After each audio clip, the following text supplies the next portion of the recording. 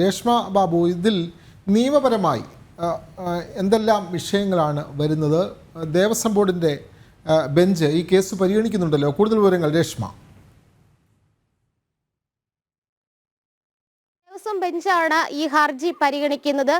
പ്രധാനമായിട്ടും പ്രാഥമികമായിട്ടുള്ള ഒരു നടപടിയായിരുന്നു ആദ്യഘട്ടത്തിൽ കോടതി സ്വീകരിച്ചത്. അതായത് എതിർകക്ഷികളായിട്ടുള്ള തന്ത്രി, അതോടൊപ്പം തന്നെ ഗുരുവായൂർ ദേവസ്വം, ഇവരുടെ നിലപാട് അല്ലെങ്കിൽ ഇവരുടെ വിശദീകരണമാണ് കോടതി തേടിയത്. പക്ഷെ അത് 7-ാം തീയതി ഹർജി ഫയൽ ചെയ്തു.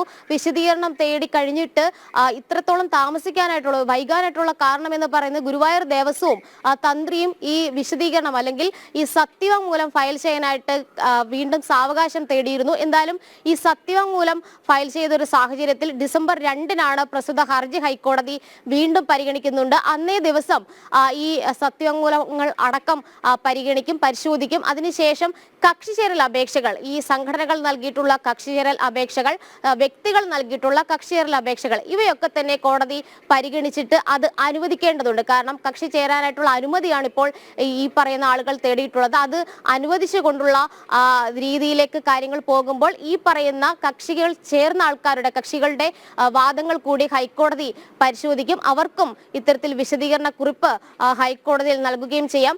ഏകപക്ഷീയമായിട്ടാണ് ഗുരുവായൂർ ദേവസ്വം ഇത്തരത്തിലുള്ള ഒരു തീരുമാനം എടുത്തതെങ്കിൽ അത് ഹൈക്കോടതി വലിയ രീതിയിൽ ചോദ്യം ചെയ്യും. പക്ഷെ ഇതിൽ ഏറ്റവും നിർണായകമായിട്ടുള്ളത് തന്ത്രിയുടെ നിലപാടാണ്. തന്ത്രി ഗുരുവായൂർ ദേവസ്വം മാനേജിംഗ് കമ്മിറ്റിയുടെ നിലപാടിനോട് ചേർന്ന് അല്ലെങ്കിൽ ആ അഭിപ്രായത്തോട് ചേർന്ന് നിൽക്കുന്ന ഒരു സമീപനമാണ് ഇക്കാര്യത്തിൽ സ്വീകരിച്ചത്. അത് മാത്രമല്ല, ഈ ഗുരുവായൂർ ഏകാദശി ഉദയാസ്തമന പൂജ അല്ലെങ്കിൽ ഉദയാസ്തമന പൂജ എന്ന് പറയുന്നത് വെറും വഴിപാട് മാത്രമാണ്. അത് ഈ പറയുന്ന രീതിയിൽ ഒരു ആചാരാനുഷ്ഠാനത്തിന്റെ ഭാഗമല്ല എന്നുള്ള ഒരു തന്ത്രിയുടെ അഭിപ്രായം, അത് തന്നെ സ്വീകരിച്ച ഗുരുവായൂർ ദേവസ്വത്തിന്റെ നിലപാട്, ഇതടക്കം ഹൈക്കോടതി പരിശോധിക്കും. മറ്റൊരു കാര്യം കൂടി ഈ സത്യവാങ്മൂലത്തിൽ ഗുരുവായൂർ ദേവസ്വം വ്യക്തമാക്കിയിട്ടുണ്ട്.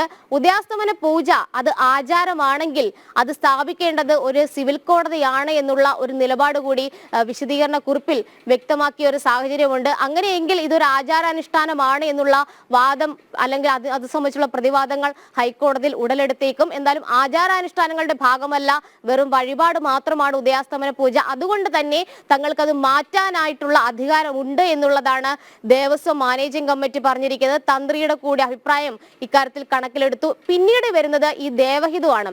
ഈ ദേവഹിതത്തിന്റെ അടിസ്ഥാനത്തിലാണ് ഈ മാറ്റം നടത്തിയത് അല്ലെങ്കിൽ മാറ്റിയത് എന്നുള്ള ഒരു നിലപാടാണ് ഇവർ പറഞ്ഞിരിക്കുന്നത്. പക്ഷേ ഈ ദേവഹിതം നടത്തിയത് ഒറ്റരാശി പ്രശ്നം അത് അടിസ്ഥാനപരമായിട്ട് ആചാരക്രമങ്ങൾ അല്ലെങ്കിൽ നേരത്തെയുള്ള ക്രമപ്രകാരമാണോ, പൂജാവിധി അല്ലെങ്കിൽ അതുമായി ബന്ധപ്പെട്ടുള്ള ക്രമങ്ങൾ പ്രകാരമാണോ എന്നതടക്കം ഹൈക്കോടതി പരിശോധിക്കും. എന്തായാലും ഭക്തരുടെ ആശങ്ക അടക്കം ഹൈക്കോടതിയിൽ മുന്നോട്ട് വയ്ക്കാം. അതുകൂടി പരിഗണിച്ചുകൊണ്ടായിരിക്കും വിശദമായിട്ടുള്ളൊരു വാദത്തിലേക്കായിരിക്കും ഇനിയുള്ള ദിവസങ്ങളിൽ ഹൈക്കോടതി ദേവസ്വം ബെഞ്ച് ഈ ഹർജി പരിഗണിക്കുന്നത്.